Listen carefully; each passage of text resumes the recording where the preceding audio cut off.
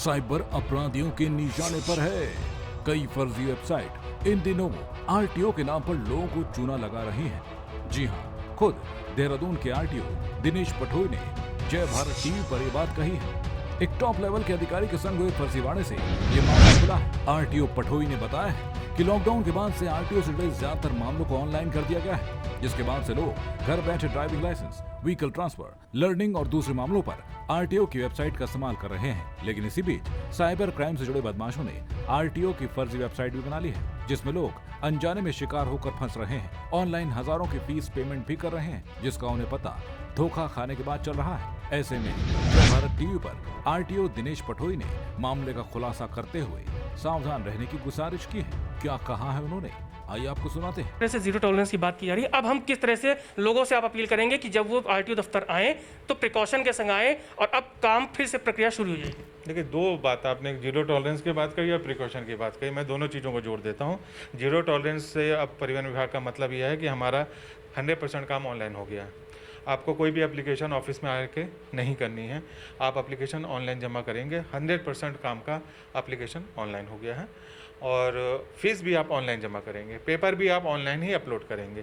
तो ये एक बहुत बड़ी कामयाबी परिवहन विभाग के लिए है।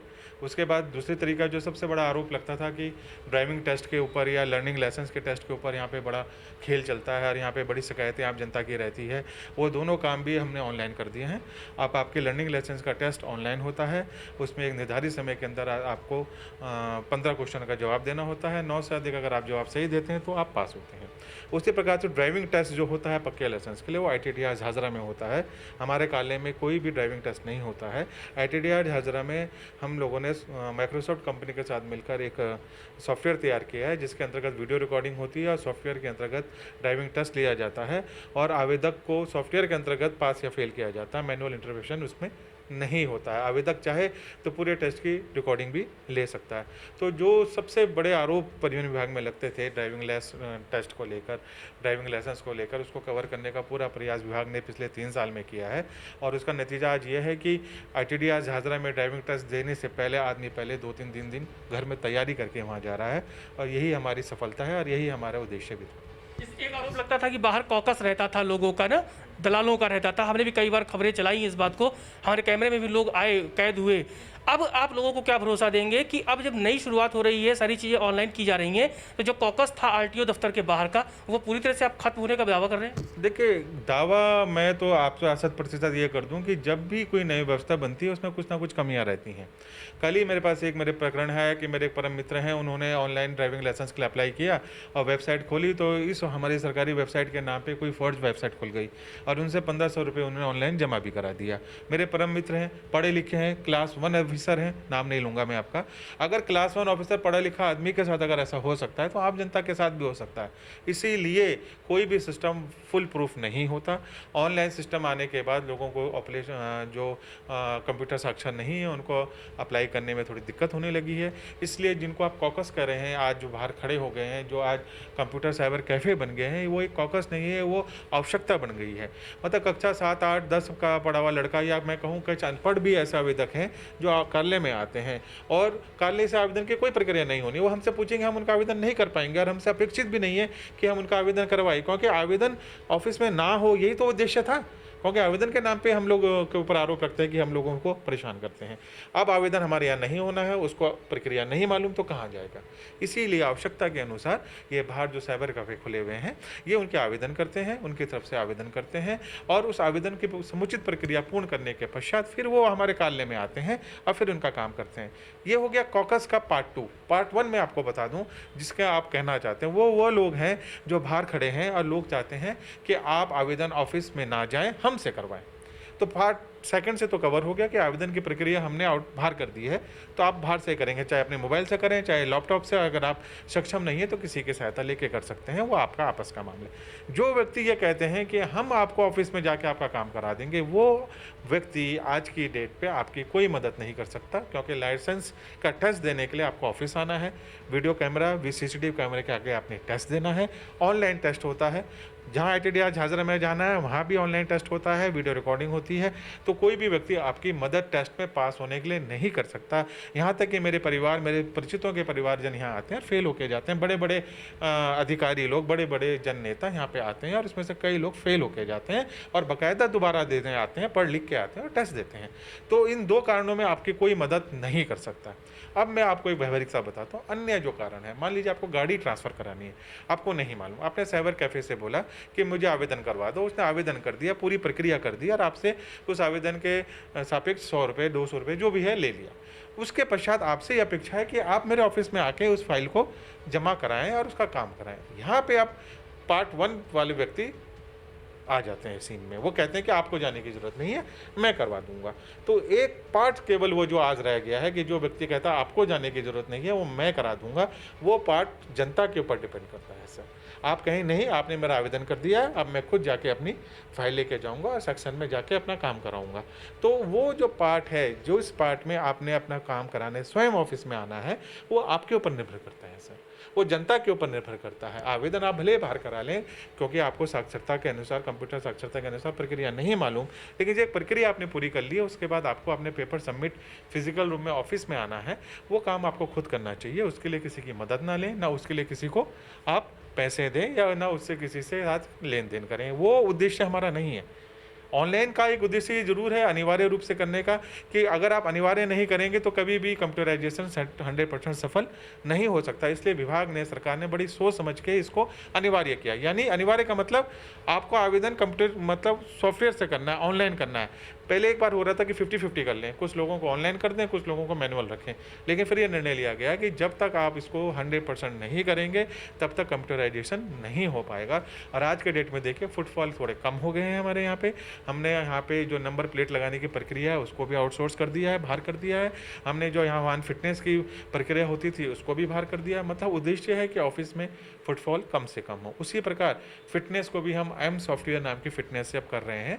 उसमें आपका जियो फेंसिंग करके हम मैपिंग करके अपना एक एरिया फिक्स कर देते हैं। उस एरिया में जो गाड़ी आएगी वही गाड़ी की फिटनेस होगी, क्योंकि ये शिकायत रहती थी कि तकनीकी अधिकारी कहीं दूर जाके, कहीं बाहर जाके गाड़ियों को देख लेते हैं, या कई बार सीज व्हीकल को या जो व्हीकल उपलब्ध ही नहीं है उसको फिटनेस कर देते हैं। तो जियो फेंसिंग से, एम परिवहन ऐप से अब ये सारी संभावनाएं खत्म हो गई है। अब तो अनिवार्य रूप से आपको 4 या 5 फोटो अपलोड करनी होगी उस वाहन की मौके पर, उसी मौके पे जो जियो फेंसिंग के आधार पर निर्धारित है, तभी वाहन की फिटनेस होगी। इसी प्रकार से परमिट में हमने ऑनलाइन एप्लीकेशन कर दिया है। इसी प्रकार से हम लोगों ने इंश्योरेंस वाली प्रक्रिया में भी लोग थोड़ा फर्जीवाड़ा कर लेते थे, यहाँ पे हमने रिक्वेस्ट करके सेंट्रल गवर्नमेंट से इंश्योरेंस को भी ऑनलाइन कर दिया है। जिसका ऑनलाइन इंश्योरेंस अप्रूवल होगा वही व्यक्ति आवेदन कर पाएगा। तो धीरे धीरे करके हम विभाग के, कार्यालय के उन सभी पक्षों को कवर करने का प्रयास कर रहे हैं, जिसका लूप होल्स का फायदा उठा के लोगों को शोषण करते थे या फर्जीवाड़ा करते थे। प्रयास आगे भी जारी रहेगा। आप खुद जाके अभी देख सकते हैं कि हमारे आवेदन 100% ऑनलाइन हो गए हैं। 1 या 2% कुछ ऑप्शन थे इसमें जिसमें कुछ रोक लगी हुई थी, वो भी अब कवर हो गए हैं। तो प्रयास हमारा जारी है और आगे भी हमारा ये उद्देश्य रहेगा कि जनहित में, जन और कार्य हित में हम लोगों को जितना भी निष्पक्ष और जितना भी हम लोग भ्रष्टाचार मुक्त वातावरण दे सकें, वही हमारा उद्देश्य है। एक सवाल था जो आपने बीच में बताया, बड़ा पब्लिक के लिए बड़ी इंटरेस्टिंग होगी और जागरूकता के लिए ज़रूरी है। आपने कहा आपके अभिन्न मित्र एक फर्जी वेबसाइट के जरिए उनको नुकसान हुआ, 1500 रुपये दिन जमा करना पड़ा। ये मामला क्या है? क्योंकि पब्लिक जानना चाहेगी कि आरटीओ दफ्तर के नाम पर अगर कोई फर्जी वेबसाइट बन रही है वो अलर्ट रहे और अगर कोई डाउट होता है तो वो आपसे क्लियर करे। ये कैसे हो सकता है? देखिए, कई बार आवेदक सोचता है कि मैं ऑनलाइन हो गया, अब थोड़ा थोड़ा जागरूकता होने लगी, लोगों को पता चल गया कि ऑफिस में अब कोई भी आवेदन नहीं किया जाता, ना लिया जाता है। तो वो लोग सीधा सॉफ्टवेयर में डाल के ऑनलाइन डाल देते हैं ड्राइविंग लाइसेंस रिन्यूअल, या किसी को नया लाइसेंस के लिए अप्लाई करना है, तो वहाँ पे वो धोखा खा जाते हैं। क्योंकि जो परिवहन विभाग की साइट है, जो ऑथराइज प्रमाणित जो वेबसाइट है, उसका उनको आइडिया नहीं होता और वो ऑनलाइन लाइसेंस रिन्यूअल के नाम से वेबसाइट में क्लिक करते हैं और उससे कई फर्जी वेबसाइट जो लोगों को लूटने के लिए बनी हुई है, उसके चक्कर में वो फंस जाते हैं। तो मैं ये चाहता हूँ कि जो भी व्यक्ति ऑनलाइन अप्लाई करना चाहे वो पहले ये कन्फर्म कर ले कि सरकारी वेबसाइट से ही वो काम कर रहा है, उसी के माध्यम से आवेदन कर रहा है। नहीं तो ऐसे कई केस आए हैं मेरे पास, कई लोगों ने रिटर्न में कंप्लेंट भी दी। और मैं बता दूं कि बहुत ज़्यादा इसमें हम लोगों का रोल भी नहीं है, पुलिस केस बनता है। अगर कोई फर्जी वेबसाइट करके आपसे धन उगाह लेता है या आपको लूट लेता है और आपसे पैसा आपके पैसा जब्त कर लेता है तो पुलिस केस बनता है। लेकिन हमारी भी जिम्मेदारी है, हमको भी ये समझना पड़ेगा कि जब तक आप विभागीय वेबसाइट का अधिक से अधिक प्रचार प्रसार ना करेंगे तब तक लोग इसी प्रकार फंसते रहेंगे। तो आपके सम्मानित न्यूज़ चैनल के माध्यम से मेरी अपील है जनता से कि आप किसी वेबसाइट के थ्रू आवेदन करने से पहले ये पूरा आप लोग कंफर्म कर लें कि वो सरकारी वेबसाइट है, नहीं तो आप लोगों को आपका महत्वपूर्ण डाटा चोरी हो सकता है। आप लोगों को ऑनलाइन पेमेंट है, चूँकि ऑनलाइन पेमेंट की वजह से बैंक अकाउंट में भी धोखाधड़ी और फर्जीवाड़ा हो सकता है, सावधान रहें। और मैं तो चाहूँगा कि हमारे विभाग के बाद जो भी हमने वेबसाइट की सारी सूचनाएँ दे रखी हैं उनका आप क्या बोलते हैं निरीक्षण कर लें, उनको समझ लें, उसके पश्चात ही आवेदन करें। और एक विभागीय हम लोग सोच रहे थे कि क्योंकि मैन पावर की कमी है, इस समय कोरोना काल चल रहा है, हम लोगों ने बीच में प्रयास किया था कि एक अपॉइंटमेंट के लिए हमने देहरादून आरटीओ उत्तराखंड अपॉइंटमेंट करके एक हमने वो किया था कि जिसके माध्यम से आप अपॉइंटमेंट लेके ऑफिस में आ सकते हैं। एक पारदर्शी प्रक्रिया हमने अपनाई थी ताकि काफ़ी लोगों का वो आरोप था कि जो जान पहचान वाले हैं वो तो अंदर चले जाते हैं और बाकी आम आदमियों को एंट्री नहीं मिलती। वो भी हमने एंट्री उसमें ऑनलाइन कर दी है। और उसमें आप ये भी देख सकते हैं कि अगर आपको नहीं मिला तो आज के डेट में किसको मिला। मान लीजिए मैंने लर्निंग लाइसेंस के 25 अपॉइंटमेंट कर रखे हैं, तो अगर आपको नहीं मिल पाया तो आप उस दिन का 25 लोगों की लिस्ट भी निकाल सकते हैं कि किन लोगों को 25 लोगों को मिला है। पारदर्शिता का हम प्रयास कर रहे हैं, लेकिन जब तक जनता खुद जागरूक नहीं होगी तब तक 100% लक्ष्य की जो प्राप्ति है वो संभव नहीं है। तो जनता का सहयोग अच्छा इसमें अपेक्षित है और जागरूकता का स्तर बढ़ाना भी अपेक्षित है। ये है आरटीओ दफ्तर में हमारे देहरादून के आरटीओ दिनेश चंद पठोई जी, जिन्होंने बताया कि जागरूकता इसलिए ज़रूरी है क्योंकि देहरादून आरटीओ के नाम पर इनके पास ऐसे कई मामले आए हैं जिसमें फर्जी वेबसाइट की भी बात सामने आई है। आपको भी अगर देहरादून आरटीओ में कोई काम है और घर पर आप लैपटॉप या मोबाइल से कर रहे हैं तो मुकम्मल जानकारी रखिए। अगर कोई भी डाउट है तो फर्जी वेबसाइट के चक्कर में फंसने से पहले एक बार आरटीओ दफ्तर ज़रूर आ जाएं। हम भी आपसे गुजारिश करते हैं कि पैसा आपका हो या किसी का भी हो, वो किसी फर्जी वेबसाइट पर ना जाए और उन हैकर्स को और उन वेबसाइट संचालकों को आप सबक सिखाइए, क्योंकि ये पुलिस केस भी बनता है। आरटीओ दफ्तर से कैमरामैन प्रदीप बिष्ट के साथ आशीष तिवारी, जय भारत टीवी, देहरादून।